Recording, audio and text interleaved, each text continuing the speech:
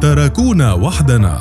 كلمتان اجتاحت مواقع التواصل الاجتماعي ووسائل الإعلام والمحللين السياسيين والعسكريين بعدما أطلقها الرئيس الأوكراني على موقف الدول الغربية. فبلاده التي تواجه الغزو الروسي اليوم في الواقع تواجهه وحيدة دون معين، فلا طائرة من الناتو خرجت لحماية كييف ولا دبابة تحركت لحماية حدود أوكرانيا. ومع ذلك تقول الدول الغربية أنها قدمت كل الدعم لكييف وأنها تعمل على إيقاف زحف الروس نحو العاصمة كييف. فكيف ذلك؟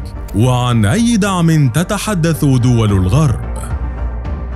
أمريكا ومعها بريطانيا ودول الاتحاد الأوروبي تقول إنها فرضت عقوبات على روسيا ورجالها ستكون حتماً قادرة على إيقاف الغزو أو حتى تحييده. عقوبات اقتصادية من الدرجة الأولى ستضر بالنظام المالي لموسكو وقد تعطله إذا ازدادت أكثر من ذلك. ولكن يبقى السؤال: هل ستكون العقوبات قادرة على عزل موسكو اقتصادياً؟ ما أن خرج بوتين في خطابه الأول الذي اعترف فيه بكل من لوغانسك ودونيتسك كجمهوريتين مستقلتين عن أوكرانيا، حتى انطلقت العقوبات الأمريكية والغربية عليه وعلى بلاده. عقوبات وصفت في البداية بالهشة، لكنها تسارعت مع تسارع الأحداث. فبعدها بساعات أعلن بوتين إطلاق عملية عسكرية خاصة في أوكرانيا، أو بتعبير أدق إطلاق الغزو العسكري على أوكرانيا كلها. ومن حين هنهالت العقوبات بقوة على روسيا دون هوادة، وكأن الدول الغربية ومعها واشنطن كانت تنتظر تلك اللحظة، فقد أطلقت حزما من العقوبات المتفرقة يأتي على رأسها قطع الاتصال بالنظام المالي الأمريكي لأكبر مؤسسة مالية في روسيا وهو بنك سبيربانك، بالإضافة ل25 شركة تتبع له، الذي يعتبر الأكبر في روسيا ويمتلك ثلث إجمالي أصول القطاع المصرفي الروسي.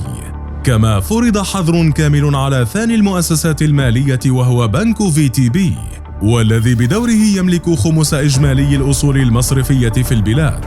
كما فرضت عقوبات حظر كاملة على 3 مؤسسات مالية روسية أخرى، هي بنك أوتكريتي وسوفكوم بانك ونوفيكوم بانك وعشرات الشركات التابعة لها.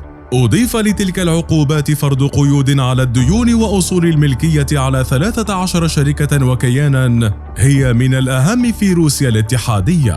يضاف لها عقوبات على أفراد من النخبة الروسية، وقيود وصفتها واشنطن بالكاسحة على الجيش الروسي.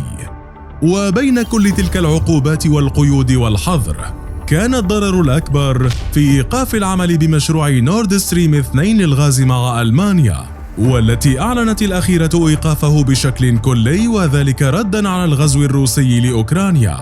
وعلى الرغم من كون ذلك القرار يضرب بالدول الأوروبية نفسها، لكنه يعتبر ضربة لروسيا التي لم تربح من ذلك المشروع حتى اليوم، وفي الواقع خسرت الكثير لإنشائه. كل تلك العقوبات والضربات المستمرة تقول الدول الغربية وعلى رأسها واشنطن أنها تهدف لعزل موسكو اقتصادياً، ولكن هل هي فالحة حتى الآن؟ في الواقع آثار كل تلك العقوبات لم تظهر حتى اللحظة، ويمكن القول أنها انعكست على الروبل الروسي فقط حالياً، لكن من المتوقع أن تعاني روسيا من إيجاد مشترين للنفط أو القمح وغيرها. وقد يكون بوتين قد وجد الحل بإعلانه أن الصين تناقش مسألة زيادة شراء الطاقة والقمح من بلاده تحديداً، كما أعلن عن سعيه التوسع أكثر في الأسواق الآسيوية. وبتلك الحالة ستكون روسيا قد وجدت أسواقاً جديدة لها، لكن الانعكاس الوحيد أنها قد تتعامل بالروبل الروسي. أما الضربة الأقوى للاقتصاد ستكمن في منعها من الوصول لنظام سويفت المالي، وهو نظام للمراسلات المالية عالمياً، وأي حوالة مالية في العالم تمر عبره بالكامل.